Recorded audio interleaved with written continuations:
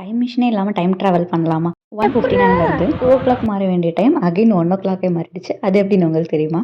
என் ஃபோனில் கனடாவோட டைம் ஒரு சைடும் இந்தியாவோட டைம் ஒரு சைடும் இருக்குது. என்னோட ஸ்டவ்ல வந்து கனடாவோட டைமும் மைக்ரோவேவ்ல வந்து இந்தியாவோட டைமும் இருக்குது. நேற்று வரைக்கும், அதாவது நவம்பர் 1 வரைக்குமே இந்தியாவில் காலைல 11:30 மணி இருக்கும் பொழுது கனடாவில் மிட் நைட் 2:00 இருக்கும். ஆனால் இன்னைக்கு நவம்பர் 2ல இருந்து வந்து இந்தியாவில் மார்னிங் 11:30 இருக்கும் பொழுது இங்கே கனடாவில் மிட் நைட் 1:00 இருக்கும். கனடா, யூஎஸ் போன்ற நார்த் அமெரிக்காவில் இருக்க சில கண்ட்ரீஸ்லையும் யூரோப் கண்ட்ரீஸ்லையுமே வந்துட்டு எதுக்காக வருஷத்துல வந்து 2 டைம் நேரத்தை வந்து இந்த மாதிரி முன்னையும் பின்னையும் மாத்துறாங்கன்னு தெரியுமா? இந்த நாடுகள் எல்லாம் டைம்ல வந்து வெளிச்சம் அதிகமா இருக்கும். கிட்டத்தட்ட 8-9 மணி வரைக்கும் வந்து வெளிச்சம் இருக்கும். அதுவே வின்டர் டைம்ல வந்துட்டு 5 மணி 6 மணிக்கு எல்லாமே இருட்ட ஆரம்பிச்சிடும். அந்த மாதிரி சூரிய வெளிச்சம் அதிகமா இருக்க டைம்ல வந்து வெளிச்சத்தை வந்து அதிகமா பயன்படுத்திட்டு கரண்ட் வந்து சேவ் பண்றதுக்காக மார்ச் மாசத்துல வர 2வது ஞாயிற்றுக்கிழமை வந்து எப்பயும் இருக்கிற ஸ்டாண்டர்ட் நேரத்துல இருந்து 1 மணி நேரத்தை முன்கூட்டி வைக்கிறாங்க. அதாவது 2 மணி ஆக வேண்டிய நேரத்துல 3 மணியா முன்னோக்கி வைக்கிறாங்க. ஸ்ப்ரிங் ஃபார்வர்ட் அப்படின்னு சொல்லுவாங்க. அதாவது வசந்த காலத்துல வந்துட்டு 1 மணி நேரத்தை முன்கூட்டி, அதே மாதிரி இலையுதிர் காலத்துல வந்துட்டு கோடை காலம் முடிஞ்சு சீக்கிரமே இருட்ட ஆரம்பிக்கும் பொழுது முன்னோக்கி மாத்தி வச்ச அந்த 1 மணி நேரத்தை நவம்பர் மாதத்துல வர முதல் ஞாயிற்றுக்கிழமை திருப்பி பின்னோக்கி பழைய நேரத்துல வந்து வைக்கிறாங்க. அதுதான் இதை வந்து ஃபால் பேக் அப்படின்னு சொல்றாங்க. அதை பேக்வர்டா வைக்கிறனால ஃபால் பேக் அப்படின்ட்டு,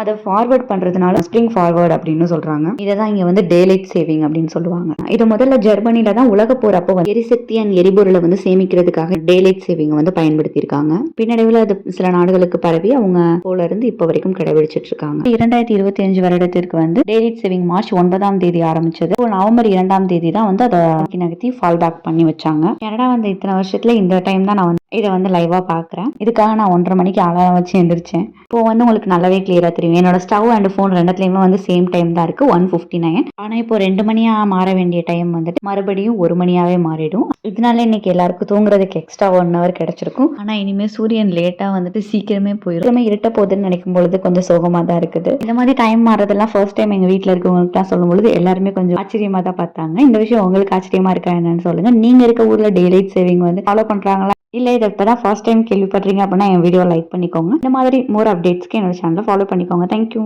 டேக் கேர். பை.